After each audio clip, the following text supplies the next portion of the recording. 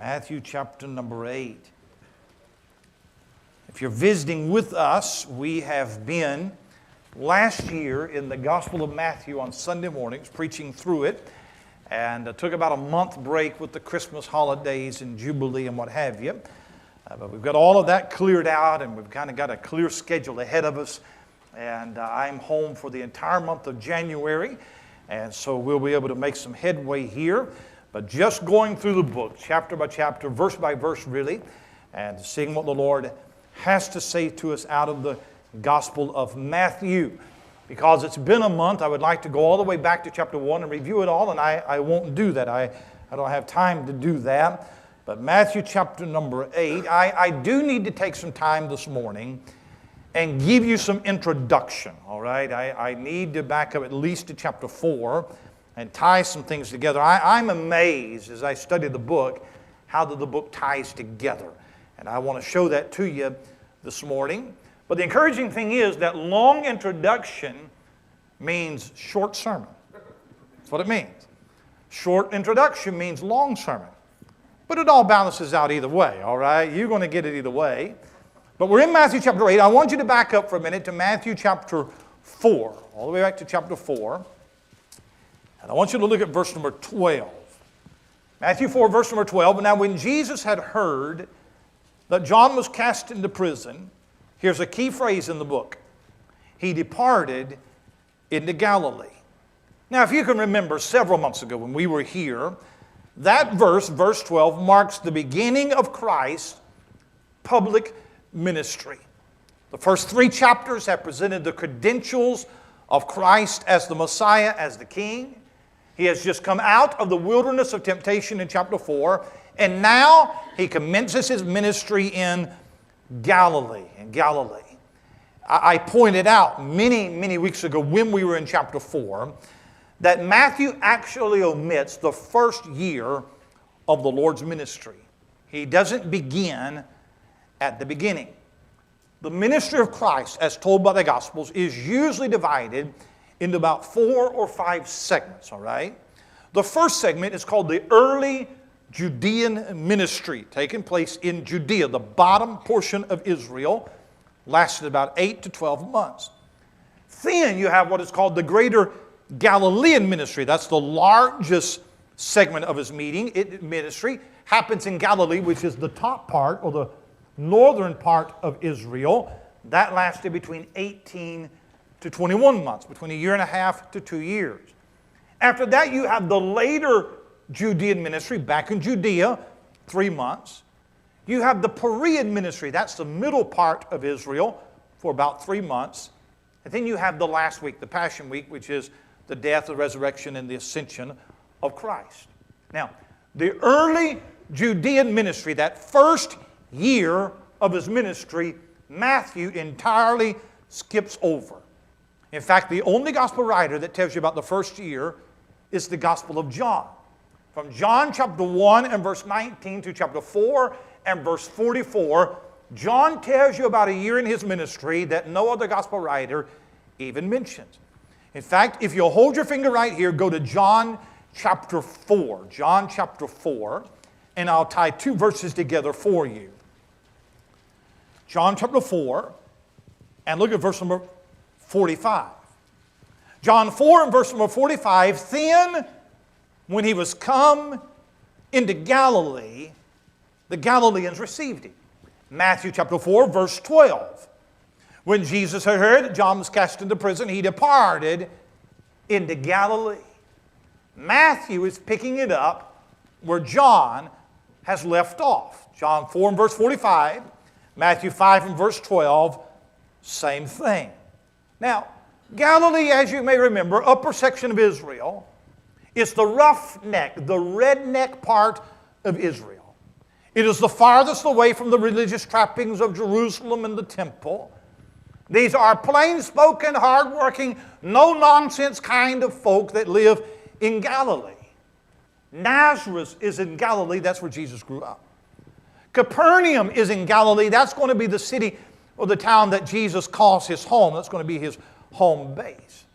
He'll spend more time, he'll do more miracles, he'll perform more healings, he'll teach more doctrine, he'll preach more sermons in Galilee than anywhere else. Now look at Matthew chapter 4, look at verse 23. Jesus went about all of Galilee, teaching in their synagogues and preaching the gospel of the kingdom and healing all manner of sickness and all manner of disease among the people. That is an introductory statement to the entire scope of his ministry in Galilee. He's going to spend the next 1.5 to 2 years, and here's what he's going to be doing. He's going to be teaching, preaching, and healing. Now, what did he teach? Well, we just spent 25 weeks in the Sermon on the Mount. That's what he taught. He taught the gospel of the kingdom. Matthew chapter 7 is kingdom passage. It is kingdom doctrine. So here's what Matthew does. Matthew makes a broad general statement, and then he fleshes it out with more details. He says he preached the gospel of the kingdom, then he takes 3 chapters and tells you the sermon that he preached.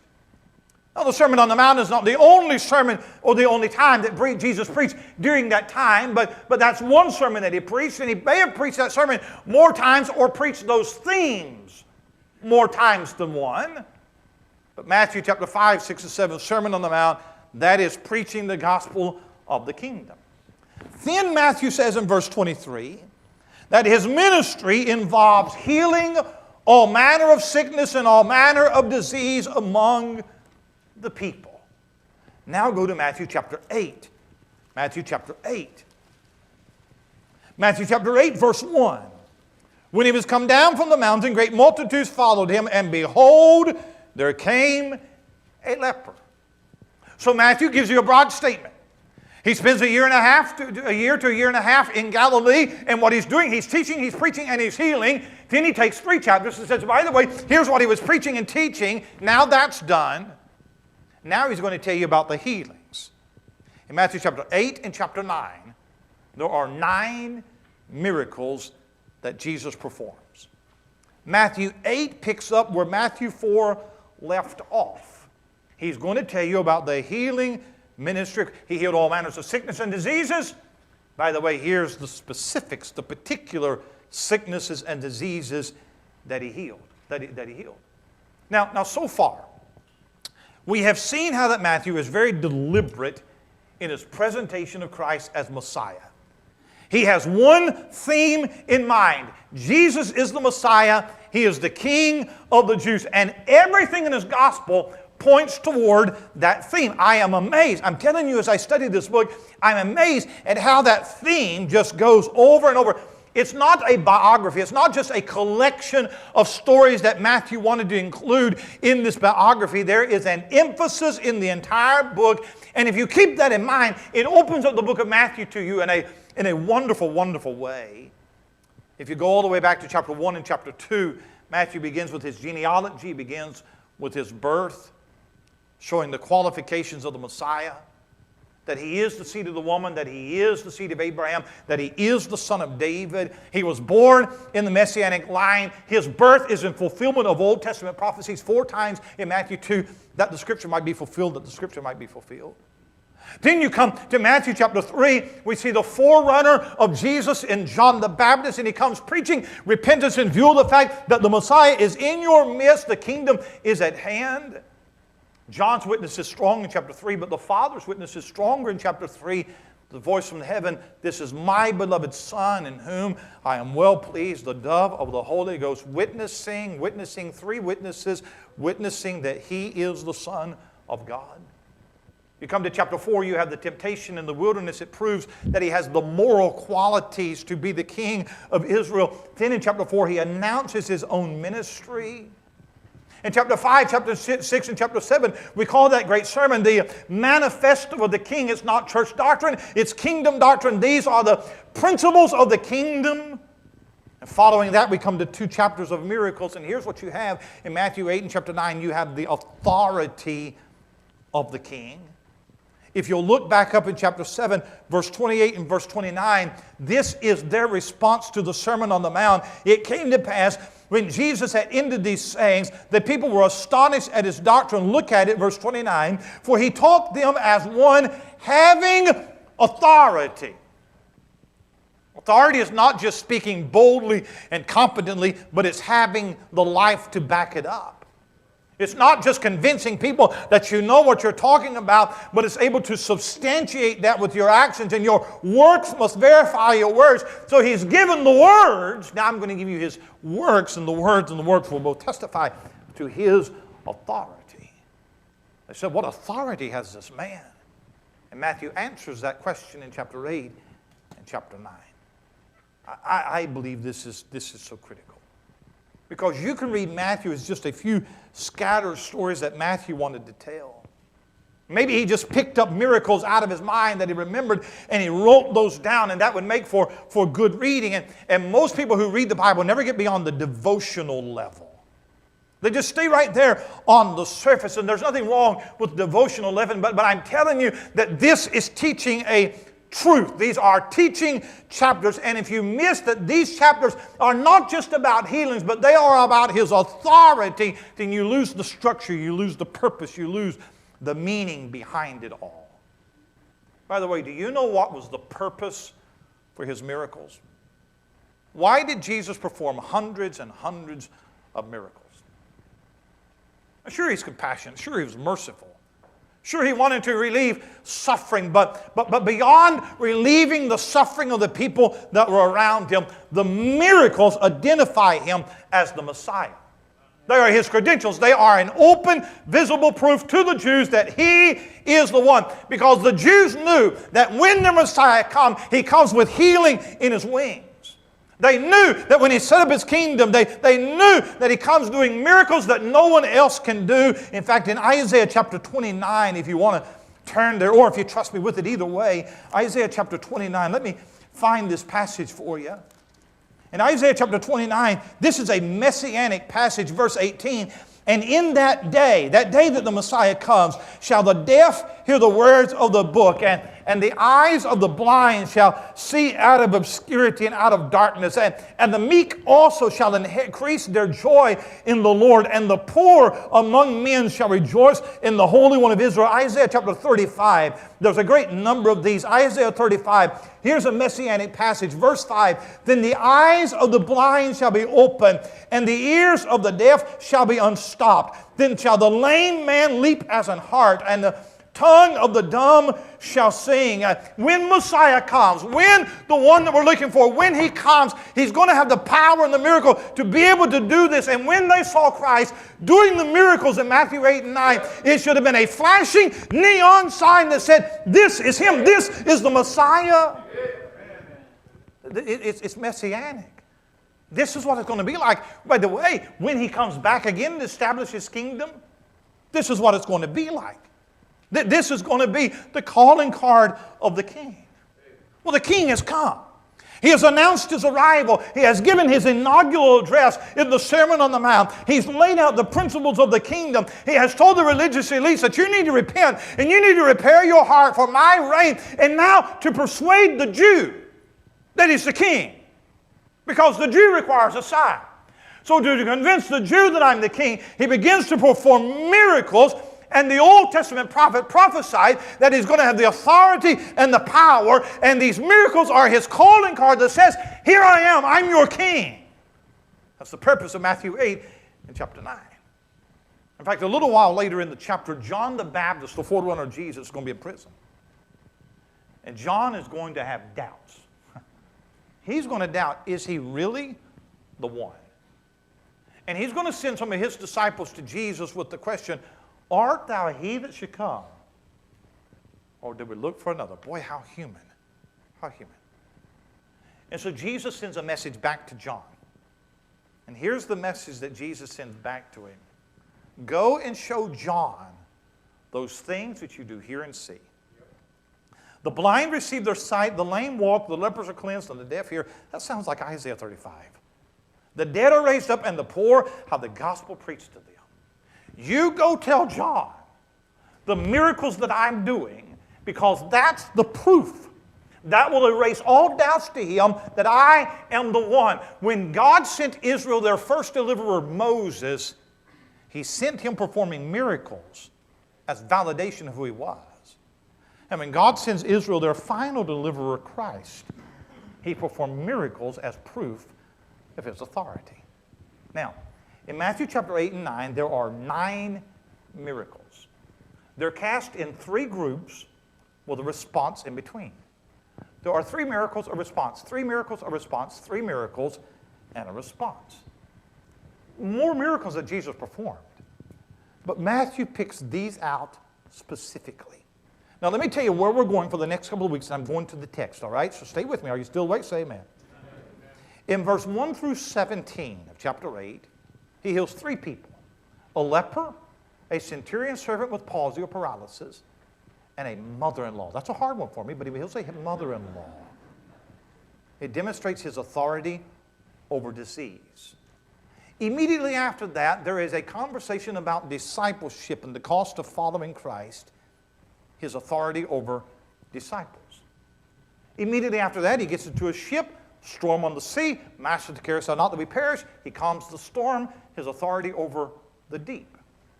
He gets out of the ship, comes into Gennesaret, 2 maniacs of Gadara, his authority over devils. When you come into, let me tell you where we're going. Coming to chapter 9, a man that lay sick on his bed, arise and walk, thy sins be forgiven thee. His authority over defilement. When he says thy sins be forgiven thee, then his distractors, his critics come and they begin to argue who has power to forgive sins but God only. His authority over his distractors. Jairus comes to him, my daughter lies sick of death. Woman of the issue of blood goes to Jairus' house, raises her from the dead, his authority over death. And immediately after that, a blind man and a man who is dumb, he can't speak. And Jesus heals those 2 men at the end of chapter 9, his authority over darkness. Now that's the outline of chapter 8 and chapter 9. That is the first introduction. Now Matthew chapter 8, look at verse number 1. Verse number 1. When he was come down from the mountain, great multitudes followed him. And behold, there came a leper and worshipped him, saying, Lord, if thou wilt, thou canst make me clean. And Jesus put forth his hand and touched him, saying, I will be thou clean. I love how that's worded. If thou wilt, I will. And immediately his leprosy was cleansed, and Jesus said unto him, See, thou tell no man, but go thy way, show thyself to the priest, and offer the gift that Moses commanded for testimony unto them. And when Jesus was entered into Capernaum, there came unto him a centurion beseeching him, and saying, Lord, my servant lieth at home, sick of the palsy, grievously tormented. And Jesus saith unto him, I will come and heal him. Then the centurion answered and said, Lord, I am not worthy that thou shouldest come under my roof, but speak the word only, and my servant shall be healed. For I am a man under authority, having soldiers under me. And I say to this man, Go, and he goeth, and to another, Come, and he cometh. And to my servant, Do this, and he doeth it. When Jesus heard it, he marveled and said to them that followed, Verily I say unto you, I have not found so great faith, no, not in Israel. And I say unto you, trust that many shall come from the east and west, and shall sit down with Abraham and Isaac and Jacob in the kingdom of heaven. But the children of the kingdom shall be cast out into outer darkness. There shall be weeping and gnashing of teeth. And Jesus said unto the centurion, Go thy way, and as thou hast believed, so be it done unto thee. And his servant was healed in the selfsame hour. And when Jesus was come into Peter's house, he saw his wife's mother laid and sick of a fever. By the way, that's the time we know that Peter was not the first pope, because Peter had a mother-in-law. And any man to get a mother-in-law without getting a wife is not smart enough to be a pope. Anyway.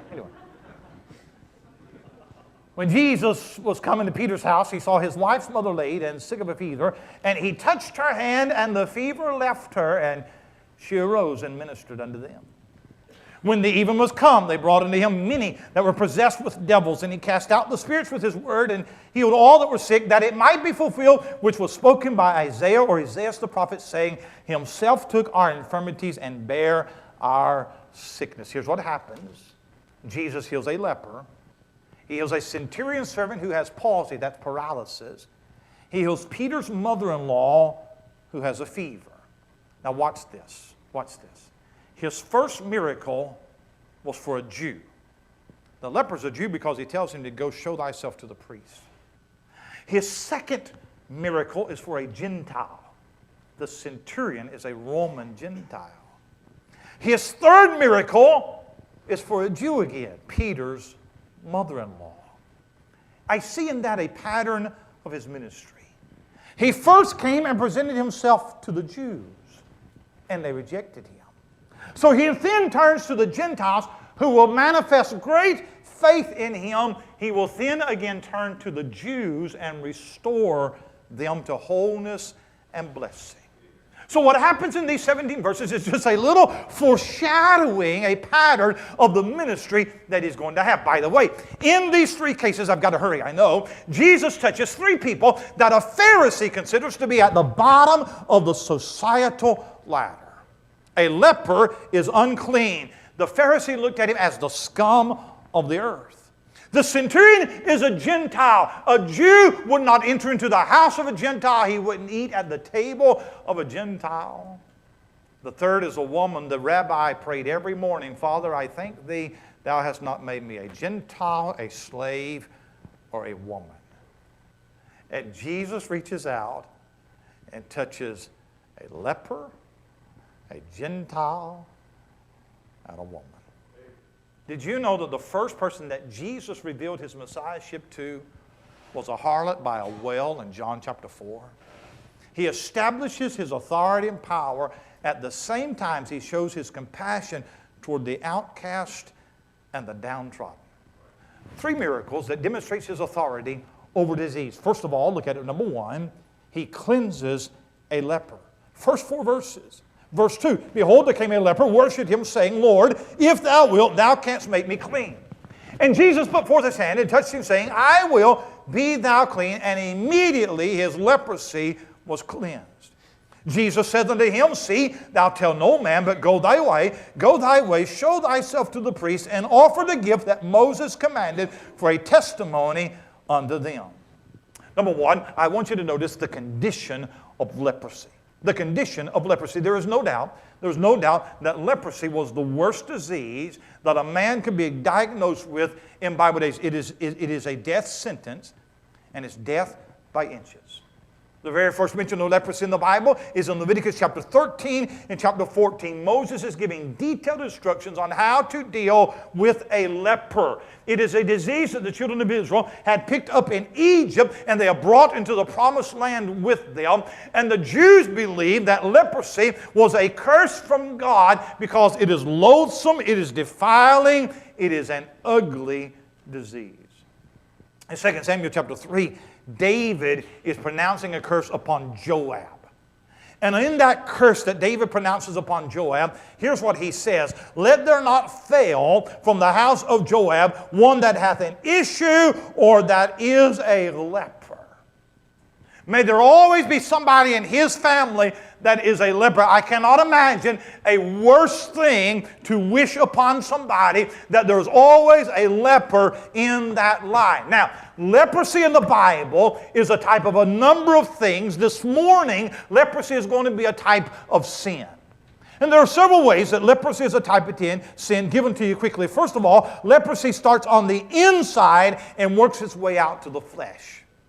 Before it is exposed in the extremities or the flesh, it is already working inside. When the symptoms become visible on the outside of the body, the real issue lies underneath. The source is a symptom of something that's going on inside. I want you to know that sin is not a flesh problem. Sin is a heart problem. The problem is not in your hands. It is not in your feet. It is not in your tongue. No, that ugliness in your body is an expression of the ugliness in your heart, because Jesus said that out of the heart proceed evil thoughts and murders and adulteries and fornications and thefts and false witness and blasphemies and all manner of things such as that. It may begin as a secret, but it will eventually show itself to the public. And when it shows itself, it has been festering in the heart for a long time. Leprosy always starts inside out. The second thing about leprosy is that there are different degrees of manifestation of leprosy. The very first manifestation of leprosy in Leviticus 13 are bright white spots in the skin. When a person discovers those symptoms, those bright white spots in the skin, he's supposed to go show himself to the priest for a physical examination, and the priest will examine him every 7 days to see how it progresses. But it goes from white spots, and very slowly it begins to worsen, and those white spots will become sores or become boils. The nose, the lips, the eyes, the ears, they will get swollen beyond their normal size. The nerve endings will die. They lose sensitivity to pain. And the final progression is for limbs like the nose, the ears, the fingers, the hands, the feet will eventually rot and fall away. And that's a picture of sin. Because there may be people sitting here this morning who has that ugly disease of sin in your heart, but it hasn't exposed itself yet. Oh, just a spot here or there, but it's eating away in the heart. And what we learn to do is we learn to pull our sleeve down and pull our cover up, and we try to cover up the spots. But I'm going to tell you, there's going to get to the place where you can't cover the spots. A little hypocrisy covers a whole lot of sin, but you won't cover it forever. There's different degrees of manifestation. The third thing about leprosy is that it is a loathsome disease. It's disfiguring, it's defiling. You can see it and you can smell it. When a leper is in full corruption, it gives off a foul odor. It even affects the vocal cords where they speak with a graspy, wheezing voice. Isaiah chapter 1, Isaiah is describing Israel's sin in the language of leprosy. Here's what Isaiah said: "Why should ye be stricken anymore? Ye will revolt more and more. The whole head is sick, and the whole heart faint. From the sole of the foot even unto the head, there is no soundness in it, but wounds and bruises and putrefying sores." One doctor described it this way. Listen to this. He said, "The disease which we call leprosy today generally begins with pain in certain parts of the body. Numbness follows. Soon the skin in such spots loses its original color, gets to be thick, glossy, and scaly. As the sickness progresses, the thickened spots become dirty sores and ulcers due to poor blood supply. The skin, especially around the eyes and the ears, begins to bunch with deep furrows between the swelling, so the face of the afflicted individual begins to resemble the face of a lion. Fingers drop off and are absorbed back into the body. Toes are affected similarly. Eyebrows and eyelashes drop out. By this time, one can see the person in this pitiable condition is a leper. By the touch of the finger, you can feel it. You can even smell it, for the leper emits a very unpleasant odor. Moreover, in view of the fact that the disease produces agents that attack the larynx, the leper's voice assumes a grating quality. His throat becomes hoarse. You can not only see, feel, and smell the leper, you can even hear the leper. And if you stay with him for some time, you will find a particular taste in your mouth. All the human senses repulse at a leper. But can I tell you that sin is more defiling than leprosy? Go read Romans chapter 3, where Paul describes the defilement of sin. Leprosy is a loathsome disease. Hey, here's the fourth thing about it. Leprosy separated them from the camp of Israel. The leper is banned from society. He can't live with his family. He can't stay in the community. He's certainly banned from temple worship. Leprosy separates him and it makes him an outcast. The Talmud, which is a Jewish instruction book, it says that you could only get 6 feet from a leper, 150 feet if the wind is blowing. The Talmud lists 61 things that could defile a Jew. Number 1, a dead body. Number 2, a leper. And there's some question as to how communicable the disease was, how contagious the disease was. And they say that even in modern times, that only 10% of the population can actually get leprosy. That's why someone like Tommy Tillman, that works with the leper colonies in Thailand, doesn't get leprosy, because it's not actually that contagious the disease. But they say it may not have been that same way in Bible days. Either way, I'm not sure. But rabbis were known to throw stones at the lepers to keep them away. It is a reminder that sin has separated us from God. It separates you. And then here's the next thing about leprosy, is that it was incurable. It's incurable. There was no doctor that knew what to do. There was no medicine that you could prescribe. There was no procedure that you could perform. There was no home remedy that you could take that would help. And it's all a picture of sin. This disease, it's a loathsome disease, but it also makes the Jews ceremonial unclean. It's a graphic picture of what sin will do to you, because sin defiles the soul and the body. Sin makes everything ugly. Sin affects the entire person. Sin separates you from God. Sin makes outcasts of men. Sin is incurable outside of the blood of Christ. And the leper has to live with the stigma of his sin, of his disease, but he's also a walking billboard of this is what sin does. The condition of leprosy. Second thing, not only the condition of leprosy, I want you to see the cry of the leper. You see, leprosy teaches us so much about sin, but this leper teaches us about how to come to Jesus. Nameless, anonymous leper that society has forgotten about. But he comes to Jesus, he asks for a miracle, Brother Jason, that hadn't been done in over 1,000 years. The last time anybody has seen any leper get healed was Naaman. That was a long time ago. And I believe that Matthew records this particular leper as a lesson to Israel and to us how to come to Christ. Watch this. He comes to the Lord reverently, verse 2. And behold, there came a leper and worshipped him, saying, Lord. Now, there's some debate as to whether when you use Lord, is that just a respect word like we would say, sir? Or is he speaking it in the sense of deity? And we're not told definitively, but I believe that he recognizes in Jesus the presence of God. Maybe he has heard about the healings that Jesus did in Matthew chapter 4. Maybe he stood on the outskirts of the crowd and he listened to Jesus speak the Sermon on the Mount and preach with authority. He may not know much about Jesus, but he knows enough. And he knows there's enough in this man, something worthy to worship. He comes to the Lord reverently. He comes to the Lord humbly. Behold, there came a leper and worshipped him, saying, Lord, watch this, if thou wilt. He doesn't make any demands. He doesn't complain about his condition. He doesn't tell Jesus that you have to do this for me. He doesn't give all the reasons why he's not deserving of leprosy and why this is a bad deal. In fact, he doesn't specifically ask for healing. Look at it, he doesn't. I don't even know if he's expecting to be healed. It's not an explicit request. It is a statement. That's all it is. Lord, if thou wilt, thou canst make me clean. It is a statement that I believe that you have the power that if you wanted to, you could heal me. Huh? If you wanted to. I just believe, I've been listening to you, I've been watching you, and I believe that if you wanted to, if you will, you could. Why would you? I'm a leper. But you could.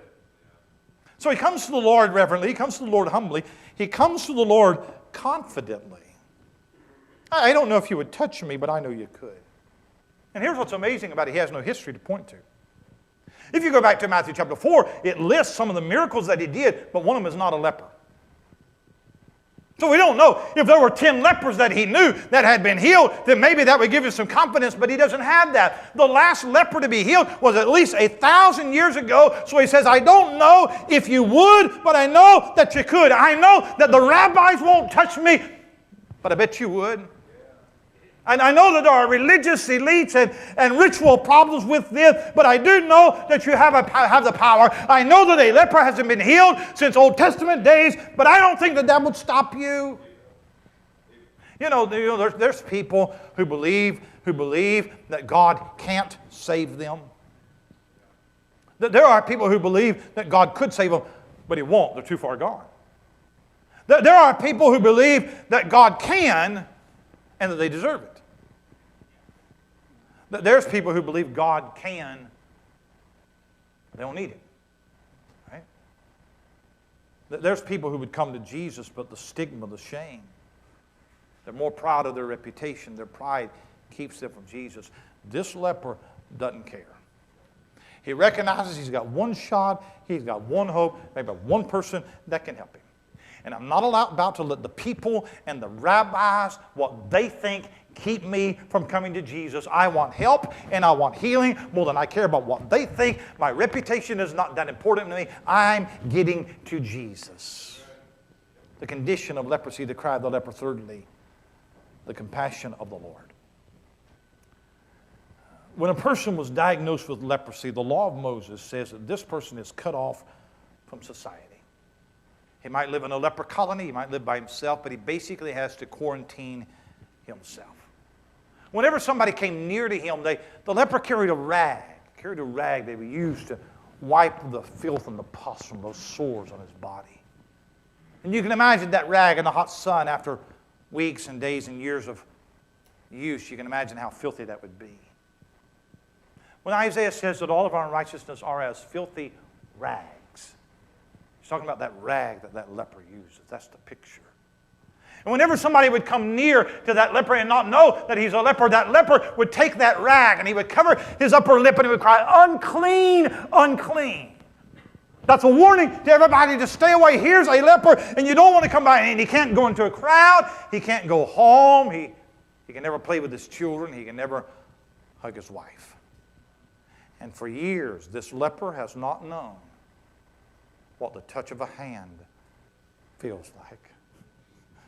But in verse 3, and Jesus put forth his hand and touched him. He could have done it from a distance, right? He did the centurion servant. He could have stood at a distance, stay away, stay away. And he could have healed him. But what no rabbi would do, what no Pharisee would do, what the law said, he reached out and touched him. The Pharisee would have shooed him away. The rabbi would have thrown a stone at him. The law condemns him. The religion offers him no hope and no sympathy. And those are the people that Jesus loves to save. And boy, watch this. Jesus put forth his hand and touched you, saying, "I will be thou clean." Now here's the difference between Jesus' healing and Benny Hinn. And immediately his leprosy was cleansed. Huh? When we touch defilement, we get defiled. When he touches it, the defilement goes away. And one thing about Jesus' miracles is that they are always immediate. Immediately the skin clears up. Immediately the sores dry up and disappear. Immediately the eyes brighten and the voice comes back. I don't know, maybe immediately even the limbs grow back. He is instantly made whole. Wouldn't you love to see Benny Hinn do that? I'll look at verse number 4. Verse 4. Jesus saith unto him, "See thou tell no man, but go thy way, show thyself to the priest, and offer the gift that Moses commanded for a testimony unto them." Two instructions here of what Jesus tells him. Don't tell any man. Go show yourself to the priest. I always knew why he told him the second thing. I never knew why he told him the first thing, but I believe I know why he gave him both instructions. Very significant. Stay with me. In Leviticus chapter 13, there are instructions for when a man who's found to be a leper, he is to go show himself to a priest. And that priest would examine those white spots at the beginning stages of leprosy, and the priest would pronounce him unclean. Maybe if it has not progressed, he's to come back in 7 days. Every 7 days he comes back. And when the disease has progressed to a certain point, and it is full-blown leprosy, and it's confirmed that it's leprosy, then the priest pronounces him unclean, and all the requirements about dealing with a leper are then put into motion. Leviticus chapter 14 is the opposite law. When a man has been healed of leprosy, he again comes to the priest. He shows himself to the priest. The priest examines him. Maybe it takes a while for all of the symptoms to go away. Every 7 days he comes back. When it is clear that this man has been healed of leprosy, then the priest pronounces him clean, and that enables him to re-enter the community. So when Jesus tells this leper to go show himself to the priest, he's telling him to do what Leviticus chapter 14 says. You're to go do what the Mosaic law says. Now here's the reason why. I believe that he heals this leper, worst disease, and sends him to the priest as his calling card. The priest are going to have a hard time accepting him But go show yourself to a priest. And it's notifying that priest, when that leper walks in and he's healed, it's notifying that priest, that religious Jewish priest, there is someone in your midst with messianic power. In Matthew chapter 2, they didn't even care to go to Bethlehem to investigate his birth. They've ignored Scripture being fulfilled, but how do you ignore a leper being healed? So this leper goes to the temple and he finds the priest. He finds the priest. Sir, my name is Thaddeus, and I'm a leper. Well, I was a leper, but I have been healed. I met this man, and he healed me. And I lived out of ways in the leper colony with other lepers, but I don't have leprosy anymore, and I need you to perform the sacrifices and the ceremony so that I can be ceremonial clean. I'd sure love to go home, and I'd love to be reunited with my family and my kids, and I believe the law has something to say about that. And the text does have something to say about that in Leviticus chapter 14. But here's what's so funny about it, Brother Jimmy. This priest, he never had to do that before. He's never had to put into practice Leviticus chapter 14. In fact, ain't nobody needed that chapter for thousands of years. There's no record of it. And I think this priest is scratching his head. Boy, how do I do this? It's kind of like a preacher performing his first wedding. I need a manual. How do I do this thing? What do I do? So maybe he goes and talks to some other priests. I've never had a situation like this. What am I supposed to do? So he's going to have to get the book down, and he's going to have to study Leviticus chapter 14. And what do I do now? Here's the ceremony. Here's the ceremony. He has to take 2 birds. You kill one bird, and you catch the blood in a basin. You pour running water into the basin, so there is blood and there's water that is mixed. You sprinkle the blood and the water over the leper 7 times. Blood and water symbolizes cleansing the guilt, blood, and the filth, water of sin. Once you have sprinkled the leper 7 times with that blood and water, you take the live bird, and with hyssop, you take that bird and you dip it in that blood and the water, and then you release it. And releasing that bird, the dead bird teaches substitution. Releasing that bird teaches freedom from the condemnation of sin. The leper is then to wash himself, wash his clothes, shave off all of his hair, and you wait 7 days. You come back 7 days for a reinspection. If everything looks good, they then make a sacrifice, 2 male lambs without blemish, 1 ewe lamb. They then take a mixture of flour and oil, mix it together, and he touches the tip of his right ear, the tip of his right thumb, the tip of his right big toe.